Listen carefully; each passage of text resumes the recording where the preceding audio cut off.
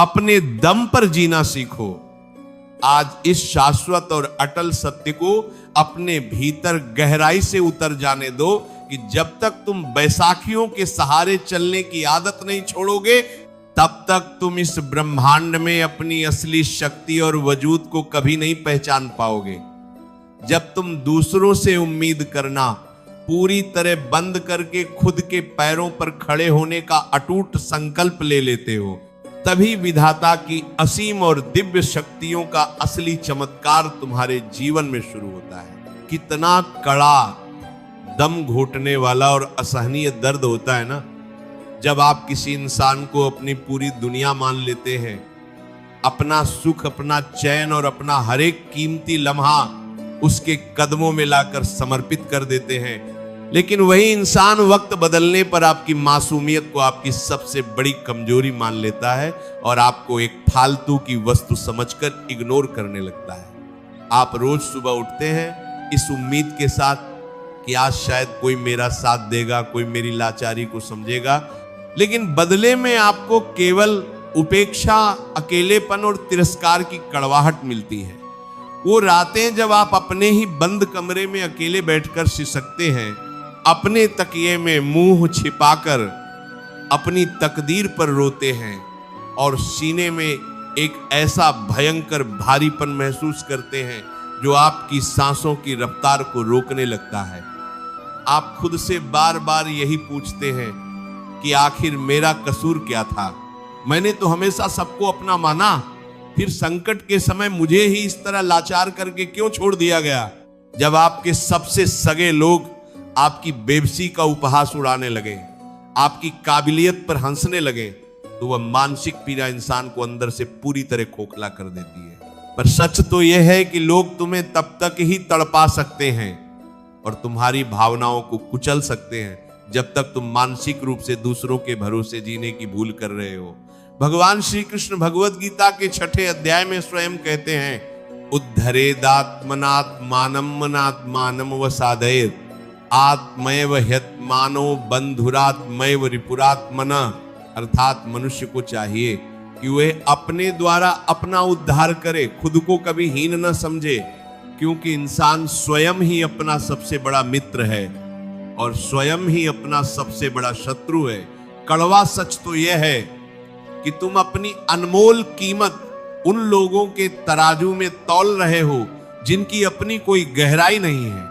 विधाता तुम्हें इस गहरे धोखे, लाचारी और अपमान की आग से इसलिए गुजार रहा है ताकि तुम्हारी आंखों पर से उस झूठे संसार का पर्दा पूरी तरह हट सके और तुम दूसरों का सहारा ढूंढना छोड़कर अपने दम पर जीना सीख सको, जिसे तुम आज अपनी सबसे बड़ी बर्बादी समझकर रो रहे हो। वह असल में गोविंद की वो विशेष कृपा है जो तुम्हें एक शक्तिशाली, आत्मनिर्भर और महान चरित्र बनाने के लिए आई है। इसका समाधान निराशा के सागर में डूबकर घुटने टेक देना या दूसरों के सामने जाकर सहायता की भीख मांगना बिल्कुल नहीं है, बल्कि इसका अचूक समाधान है दूसरों पर निर्भरता को तुरंत समाप्त करना, प्रचंड मानसिक मौन धारण करना और अपने पुरुषार्थ के बल पर खुद का भाग्य खुद लिखना। जब तुम पलटकर किसी से शिकायत करना या अपनी बेबसी का रोना पूरी तरह छोड़ देते हो और ये मान लेते हो कि मेरा जीवन सिर्फ और सिर्फ मेरे कर्मों और परमात्मा के न्याय पर टिका है, तो तुम्हारा सारा मानसिक तनाव उसी क्षण कपूर की तरह उड़ जाता है। समाधान यह है कि तुम अपनी सारी बिखरी हुई ऊर्जा को समेटो और चुपचाप अपने करियर, अपने चरित्र, अपनी सेहत और अपनी आंतरिक शक्ति को मजबूत करने में लगा दो। चिंता को पूरी तरह से चिंतन और पुरुषार्थ में बदल दो। जब तुम खुद को शून्य करके अपनी लगाम उस सामरिक सरकार के हाथों में सौंप देते हो और अपने दम पर आगे बढ़ते हो, तो जीवन की हर बंद राह अपने आप खुलने लगती है। शांत हो जाओ और अपनों की इस बेरुखी के पीछे छिपे विधाता के दिव्य संकेतों को पहचानो। ये सत्संग तुम्हारे भीतर के उस भटकाव को मिटाने आया है जो तुम्हें कमजोर बना रहा था। दूसरों का भरोसा छोड़कर अपने दम पर जीने की इसी प्रचंड शक्ति और ईश्वरीय विधान को गहराई से समझने के लिए हमें पुराणों के उस महान और अलौकिक प्रसंग की ओर चलना होगा जहां एक 5 वर्ष के अबोध बालक को उसके अपने ही पिता और सौतेली मां ने भरी सभा में लाचार समझकर ऐसा इग्नोर किया, राज सिंहासन से नीचे धक्का दे दिया कि उसका पूरा संसार बिखर गया। लेकिन उस तिरस्कार को उसने अपनी ताकत बनाया और किसी इंसान से मदद मांगने के बजाय अपने दम पर ऐसा स्थान पाया कि पूरी सृष्टि कांप उठी। ये अमर गाथा है। श्रीमद् भागवत पुराण और विष्णु पुराण में वर्णित मनु वंश के नन्हे बालक ध्रुव की ध्रुव राजा उत्तानपाद का बड़ा पुत्र था, लेकिन राजा अपनी छोटी और अत्यंत अहंकारी रानी सुरुचि के वश में थे। रानी सुरुचि हर पल ध्रुव और उसकी मां को उपेक्षित रखती थी। एक दिन छोटा सा ध्रुव अपने पिता की गोद में बैठकर लाड प्यार पाने की इच्छा से वहां गया। वह जैसे ही पिता की गोद में बैठा तभी वहां रानी सुरुचि आ पहुंची। सुरुचि ने जैसे ही बालक ध्रुव को देखा तो क्रोध से लाल हो गई। उसने भरी सभा में ध्रुव का हाथ पकड़ा और उसे राजा की गोद से नीचे खींचकर धक्का दे दिया। सुरुचि ने अत्यंत कंदुए शब्दों में कहा, हे ध्रुव, तुम इस राज सिंहासन पर बैठने के योग्य नहीं हो। राजा तुम्हें हमेशा इग्नोर करते हैं। यदि तुम्हें अपने पिता की गोद में बैठना है तो पहले घने जंगलों में जाओ, भगवान नारायण की घोर तपस्या करो। राजा उत्तानपाद चुपचाप सिर झुकाए बैठे रहे। उन्होंने अपने ही सगे पुत्र को पूरी तरह नजरअंदाज कर दिया और उसकी लाचारी पर एक शब्द भी नहीं कहा। नन्हे ध्रुव का दिल बुरी तरह टूट गया। वह रोता हुआ अपनी सगी मां सुनीति के पास गया। मां सुनीति ने रोते हुए ध्रुव को गले लगाया और उसे जीवन का वो सबसे बड़ा सबक दिया जो आज के इस सत्संग का सबसे बड़ा आधार है।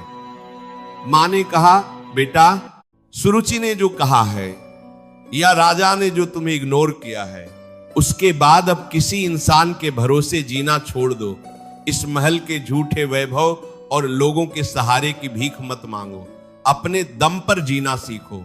उस परम पिता नारायण की शरण में जाओ जो सच्चे पिता हैं, जो कभी किसी को लाचार नहीं छोड़ते।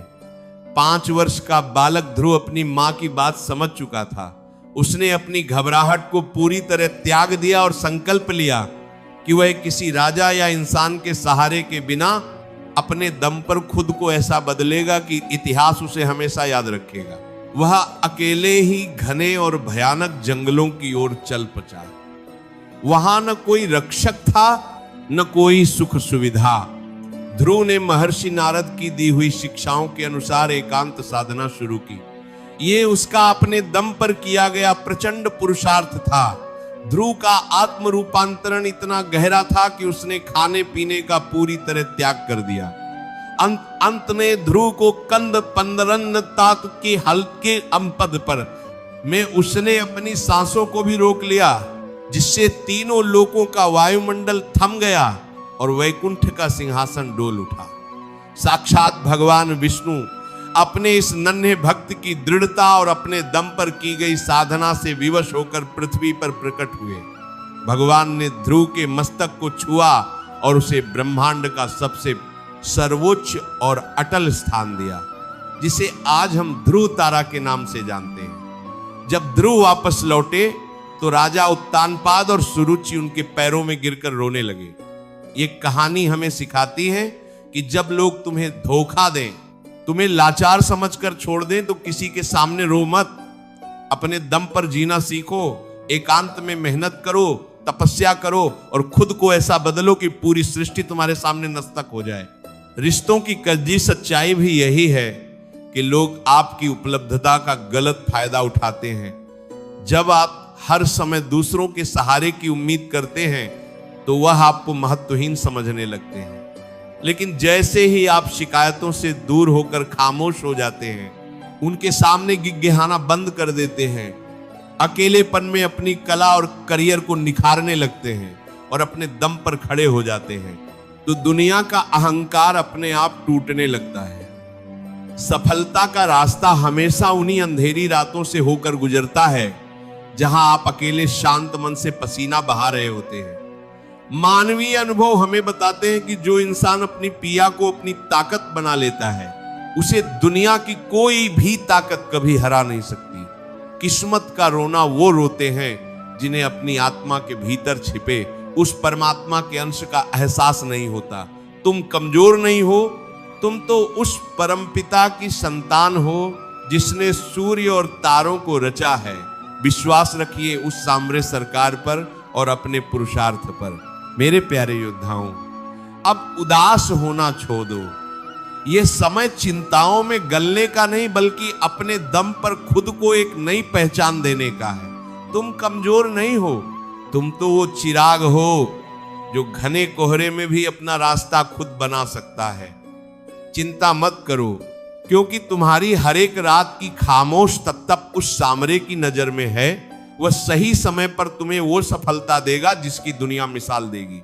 अपनी नीयत को शान रखो, अपने चरित्र को बेदाग रखो और अपने मार्ग पर अडिग रहो। जीत तुम्हारी ही होगी, क्योंकि तुम्हारा सारथी स्वयं द्वारकाधीश है। भरोसा रखो, जो होता है हमेशा अच्छे के लिए ही होता है। आज का ये अकेलापन कल की तुम्हारी सबसे बड़ी मजबूती बनने जा रहा है। अपनी कहानी को खुद लिखो, आंसुओं से नहीं, बल्कि अपने निरंतर पुरुषार्थ और अडिग विश्वास से। श्री कृष्ण की शिक्षाओं को अपना कवच बनाओ और इस कर्म पथ पर निडर होकर आगे बढ़ चलो। मंजिल तुम्हें पुकार रही है, बस तुम्हें खुद के दम पर आगे बढ़ना है। सब ठीक हो जाएगा। बस तुम अपनी मुस्कुराहट को वापस आने का रास्ता तो दो। तुम विजेता हो, और विजेता कभी परिस्थितियों का रोना नहीं रोते हुए तो अपने दम पर पूरी बाजी पलट देते हैं। कमेंट में राधे राधे लिखें, सब्सक्राइब करें और अंत में राधे राधे जय श्री कृष्ण लिखो।